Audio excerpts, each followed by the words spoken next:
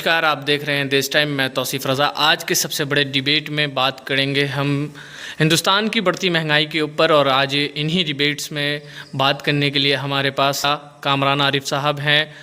खबर पढ़ियार से बात करने के लिए जो हैं गुलाब साहब हैं, और एक सौरभ कुमार जी हैं जो सोशल एक्टिविस्ट है। सबसे पहला मेरा सवाल ये है कि कामरान आरिफ साहब, मैं आपसे सबसे पहला सवाल पूछना चाहूँगा कि हिंदुस्तान की राजनीति के अंदर और जो बढ़ते हुए हालात और बिगड़ते हुए माहौल को देखते हुए सबसे बड़ी बात जो आम जनता है, नॉर्मल घराने के लोग हैं, मीडियम क्लास और लोअर क्लास जो फैमिली है, उन फैमिलियों की हालत बद से बदतर होती नज़र आ रही है और उनके ऊपर महंगाई मार रही है उनको। तो कामरान आरिफ साहब, मौजूदा हालात की सरकार को इन पॉइंट्स नज़र नहीं आते हैं क्या? देखिए, सबसे पहले तो आपका और आपके चैनल का हम शुक्रिया अदा करते हैं कि आप हमें मौका दिए अपनी बातों को रखने का। अभी बिहार सरकार हो या राज्य सरकार हो या केंद्र सरकार हो, पूरी तरीके से फेल्योर है। और 110% व्यापारियों, बड़े बड़े उद्योगपतियों की सरकार है। ये सिर्फ और सिर्फ अंबानी अडानी के लिए सोचती है। आम जनता, आम लोगों से उसका कोई मतलब, कोई कनेक्शन नहीं है। आम लोग किस तरीके से जी रहे हैं कोरोना काल में, बाढ़ में, इनसे उन्हें कोई फर्क नहीं पड़ता। जहाँ तक आप देख लें तो आप अगर सोए रहेंगे तो रात को प्याज का दाम कुछ और होगा, गैस का दाम कुछ और होगा, पेट्रोल की कीमत कुछ और होगी। जब नींद खुलेगी तो फिर आपको पता चलेगा कि इसमें इतना रेट बढ़ गया।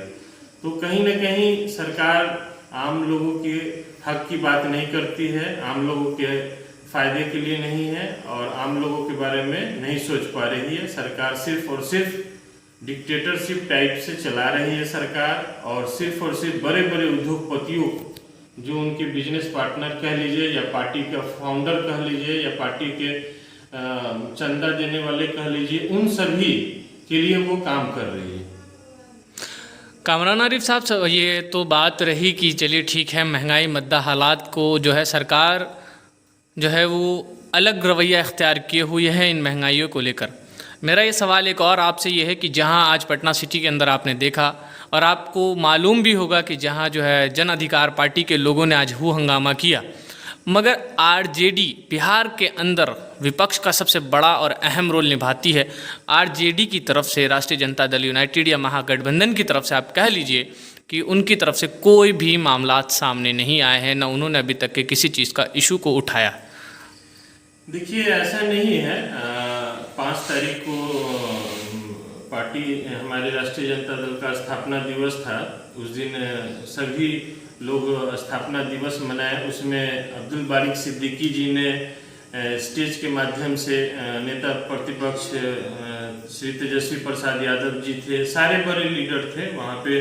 माननीय अब्दुल बारिक सिद्दीकी साहब ने एक प्रस्ताव रखा था मंच से कि महंगाई को लेकर के हम सभी लोग जेल भरो आंदोलन शुरू करेंगे। और मुझे लगता है कि पार्टी इस पे विचार कर रही है। आने वाले समय में पार्टी कुछ न कुछ एक्शन लेगी। डॉक्टर सौरभ कुमार साहब, मैं आपकी तरफ बढ़ता हूँ। बढ़ते हुए आपका बढ़ती महंगाइयों को लेकर क्या लगता है कि सरकार को किन रवैयों का मामलात पेश करना चाहिए कि ये जो रवैया उन्होंने इख्तियार किया हुआ है, मीडियम क्लास के जो लोग हैं वो जो दब रहे हैं, दिन ब दिन रात को सोते हैं तो कुछ और, सुबह उठते हैं तो एक अलग ही मुसीबत का सामना करना पड़ता है, इसके ऊपर आपका क्या कहना है? मुकेश अंबानी, धीरू भाई अंबानी, अडानी जैसे लोग यहाँ वह तय करते हैं कि किसका रेट कितना होना चाहिए, यहाँ सरकार नहीं तय करती है। तो मतलब डॉक्टर सौरभ कुमार साहब, साफ सीधी बात यहाँ ये नज़र आ रही है कि जो मौजूदा हालात की जो सरकार है, जो बीजेपी की सरकार है, वो सिर्फ़ और सिर्फ बड़े बड़े उद्योगपति और आर्थिक जो लोग हैं, बिजनेसमैन लोग जो हैं, उन्हीं के इशारों पे ये काम कर रही है। वो एक रबड़ स्टैम्प बन चुका हुआ है। रबड़ स्टैम्प जैसे सरकार जिसको चाहे जैसे वो उद्योगपति कहते हैं वैसे वो काम करते हैं। सरकार नरेंद्र मोदी नहीं चला रहे हैं, सरकार बड़े बड़े उद्योगपति चला रहे हैं। अच्छा, चलिए, आज ही जिस तरीके से मंत्रिमंडल का विस्तार हुआ, मंत्रिमंडल के विस्तार के अंदर आपने देखा ही होगा कि कई ऐसे दिग्गज नेताओं ने जो है उनका इस्तीफ़ा लिया गया। इसके पीछे आप क्या देखते हैं कि सरकार का कोऑर्डिनेट नहीं सही से बन पाया, कि वो उनकी बातों को या उनके इशारों पे नहीं चल पा रहे थे, इस वजह से जो है उनको हटाया गया। क्या समझते हैं आप इस? राजनीति को लोग कहते हैं समाज में गलत नीति है। राजनीति गलत नहीं होता है, उनके कार्य क्षेत्र से वह खुश नहीं रहे होंगे, इसके वजह से वह इस्तीफा दिया। अच्छे कार्य करने के वह नेता बने होंगे इसलिए।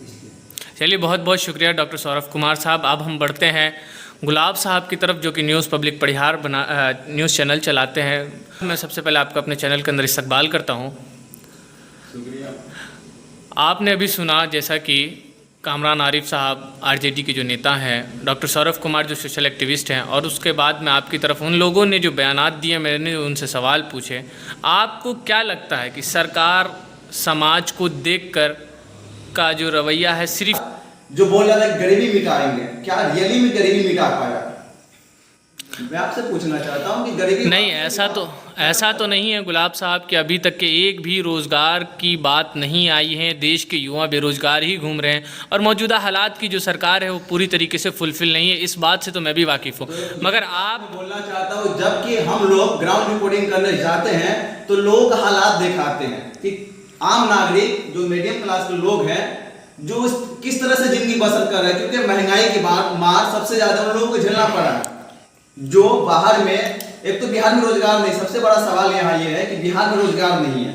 और अभी ने देखा, आपने देखा होगा 2020 में जब विधानसभा चुनाव हुआ था तो उसमें यह बताया गया था कि आरजेडी की तरफ से एक नौकरी के लेकर के लोगों के बीच जागरूक किया था लोगों को कि हम अगर आते हैं सरकार में, मेरा सरकार बनता है बिहार में, तो हम 10 लाख नौकरी देंगे। लेकिन वो भी सक्सेस नहीं था, 4.5 लाख के आसपास सक्सेस था। और जहां तक की बात रह गई बीजेपी की, तो बीजेपी ने कुछ ज्यादा ही ओवर कर दिया था कि 19 लाख नौकरी देंगे, जबकि हमारे बिहार के बजट में नहीं था। लेकिन अब तक बताइए कि एक भी लोगों को रोजगार मिल पाया? किसी भी तरीके से नहीं हो पाया, अभी तक नहीं मिल पाया है। लेकिन आम जनता से मैं पूछना चाहता हूं, जो सरकार वादा किया था कि 19 लाख नौकरी देंगे, बेरोजगारी दूर करेंगे, रोजगार देंगे, शिक्षा का बेहतर सुविधा देंगे, न ये सब सुविधा पहुंच पाया है गरीब तक के इंसान को, न कभी पहुंच पाएगा। क्योंकि जो सरकार सत्ता में आता है वो सरकार सिर्फ जुमला इस्तेमाल करता है। आज की सरकार ने जिन बातों का जो वादा किया था, क्या आपको लगता है कि वो फुलफिल होगा? कभी नहीं होगा। कामरान आरिफ साहब, मेरा ये सवाल आपसे ये है कि मौजूदा हालात की जो सरकार है, गुलाब साहब ने ये बताया कि जो है वो फुलफिल नहीं हो सकता, मगर वहीं पे आरजेडी जो है सबसे बड़ा विपक्ष है। अगर वो प्रेशर दबाव बनाए तो कुछ बन सकता है, मगर इसके बारे में भी अभी कुछ नहीं आया है। बताइए। देखिए, राष्ट्रीय जनता दल और आज भी सबसे ज़्यादा बिहार में उसके पास विधायक है, हमारी पार्टी के पास। राष्ट्रीय जनता दल जहां तक होता है प्रयास करती है, लेकिन बिहार सरकार जो है साफ साफ के निकम्मी है और किसी का सुनने के लिए तैयार नहीं है। माननीय नीतीश कुमार जी कुर्सी कुमार बन के रह गए हैं। सिर्फ और सिर्फ नीतीश कुमार जी को कुर्सी चाहिए, उसके लिए जिस हद तक जाना पड़ेगा, जिस हद तक समझौता करना पड़ेगा, नीतीश जी करने के लिए तैयार हैं और कर रहे हैं। नीतीश कुमार ने अभी देखा ही होगा आप लोगों ने बिहार में किस तरीके का षड्यंत्र रचा। रामविलास पासवान के घर को बर्बाद करने वाला माननीय नीतीश कुमार जी है। नीतीश कुमार जी को सिर्फ और सिर्फ अपनी पार्टी और अपनी कुर्सी दिख रही है। बिहार में वो रोजगार को लेकर के, महंगाई को लेकर के, भ्रष्टाचार को लेकर के कोई भी कार्य नहीं कर पा रहे हैं और पूरी तरीके से फेल्योर है।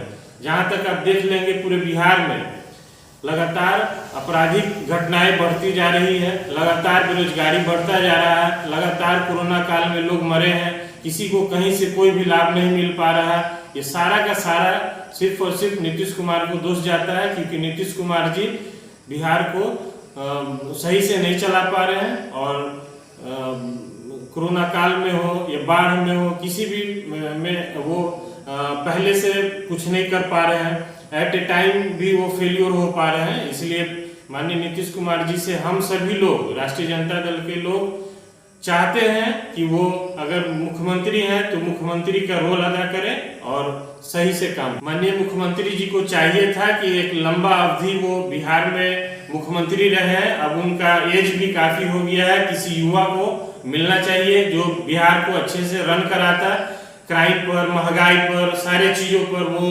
अपना कंट्रोलिंग करके चला पाता। इसलिए मुख्यमंत्री जी से उम्र के हिसाब से भी सोचने की क्षमता होती है, उस हिसाब से उन्हें चाहिए था कि वो रिजाइन दे दें। अच्छा, तो गुलाब साहब आपकी बात बीच में ही कंप्लीट नहीं हो पाई थी, अधूरी हो गई थी। आप बताएं कि क्या मामला। जहां तक रह गई महंगाई की बात, तो महंगाई का मार आम नागरिक के साथ साथ उन लोग भी झेल रहे हैं जो कोरोना काल में अपनों को खोए हैं।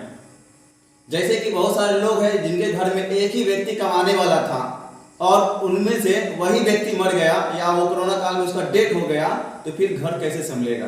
तो सरकार को यहाँ ये भी सोचना पड़ेगा, जो केंद्र सरकार ने एक बिल पास किया है कि कोरोना महामारी में मरने वाले लोगों को 4 लाख रुपया नहीं दिया जाएगा, जबकि सरकार ने पहले ये वादा किया था कि जो कोरोना महामारी में जान गंवाएंगे ऐसे लोगों को 4 लाख का मुआवजा दिया जाएगा। लेकिन सरकार इस योजना को क्यों हटाना चाहता है?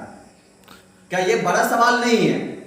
ये सवाल सभी के लिए है, क्योंकि ये सोचने वाली बात है कि जिसके घर में एक ही गार्जियनशिप हो और एक गार्जियन कमाने वाला हो और वही चला जाए इस दुनिया छोड़ के, तो फिर उस घर का क्या हाल होगा? क्या घर नीतीश कुमार जी संभालेंगे या केंद्र सरकार संभालेंगे या भाजपा वाला जो वादा किए थे वो संभालेंगे? कौन संभालेगा उसको, घर उनके घर को? क्योंकि महंगाई का मार आम नागरिक के साथ साथ सभी झेल रहे हैं। महंगाई आपको बता दे, अभी आप बाजार में मार्केट में जाए तो पेट्रोल डीजल के दाम सिर्फ नहीं बढ़े हैं, यहाँ घर में रसोई में इस्तेमाल होने वाला चाहे तेल हो या गैस हो या दाल चावल हो, सभी का दाम हाई लेवल पे बढ़ रहा है। क्योंकि महंगाई के कारण आम नागरिक जो है वो सही से 2 वक्त का खाना नहीं खा पाते हैं। सरकार बड़े बड़े वादा किए थे, बड़े बड़े जुमला इस्तेमाल किए थे कि गरीबी को हम जड़ से मिटा देंगे, लेकिन ऐसा नहीं लग रहा है। क्योंकि हर घर तक हम लोग जाते हैं और घर का हालात का जायजा लेते हैं और कौन लोग किस तरह से जिंदगी बसर करते हैं वो सब आपको दिखाते हैं, लेकिन कहाँ कुछ फर्क पड़ता है? न तो यहाँ का सरकार सुनता है, न केंद्र सरकार सुनता है। अभी सबसे ज्यादा बला आया है जो बाढ़ के समय में, अभी बाढ़ का समय चल रहा है और आपने देखा होगा कि हम लोग के प्रखंड में जो हरदी नदी का रुख लगातार बढ़ रहा है, यानी हर दिन चेंज हो रहा है, जिनके कारण अभी 12 लहरिया सहित कई गांव तबाह है। वहां अभी तक कोई भी राहत का टीम पहुंचा नहीं।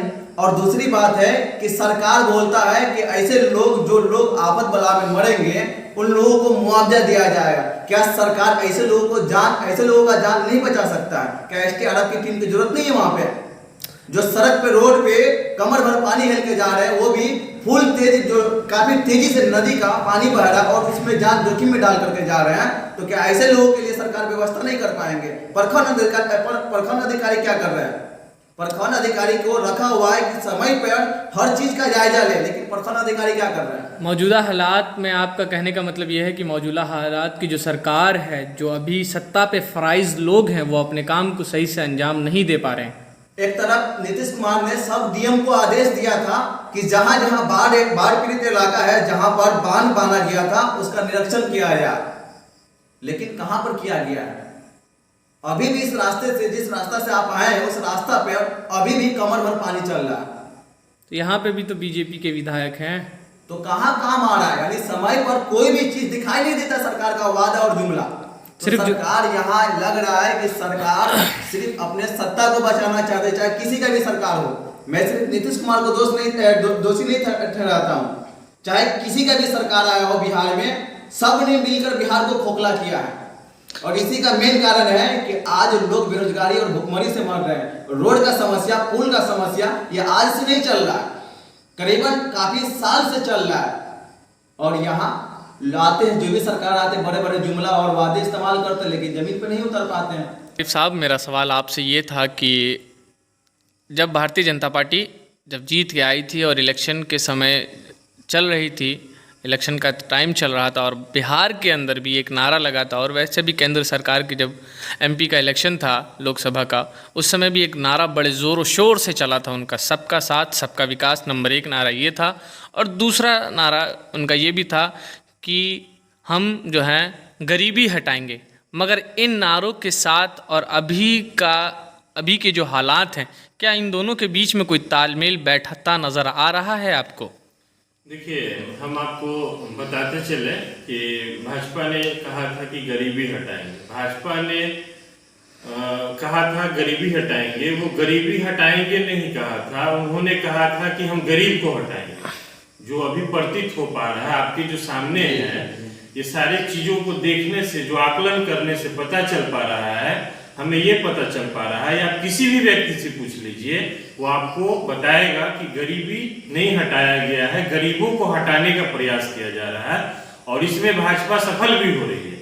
आज के डेट में अगर किसी भी वर्ग का, किसी भी समुदाय का व्यक्ति अगर वो गरीब है तो उनसे जा करके पूछिए कि उनका चूल्हा किस तरीके से चल रहा है। आज बेरोजगारों से पूछिए कि वो रोजगार के लिए किस तरीके से दर दर भटक रहे हैं। आज आप किसान से पूछिए कि किसान किस तरीके से अपने अनाजों को उगाने में नहीं सफल हो पा रहे, उनको सही रेट नहीं मिल पा रहा, उनके साथ अन्याय हो रहा है। हर तरीके से जो मध्य वर्गीय हैं, जो गरीब हैं, उन्हें मिटाने का प्रयास किया जा रहा है, ना कि गरीबों की मदद करने की बात हो रही है। अच्छा, तो कमरान आरिफ साहब, आपका ये कहना है कि मौजूदा जो दौर चल रहा है उस दौर के अंदर जो उनका नारा था गरीबी हटाओ, मगर आपके कहने के मुताबिक गरीबों को हटाओ। जब गरीबी ही नहीं रहेंगे तो गरीबी कहाँ से आएगी? चलिए ठीक है, इसी बात के साथ आज का ये महा डिबेट को ख़त्म किया जाता है। धन्यवाद।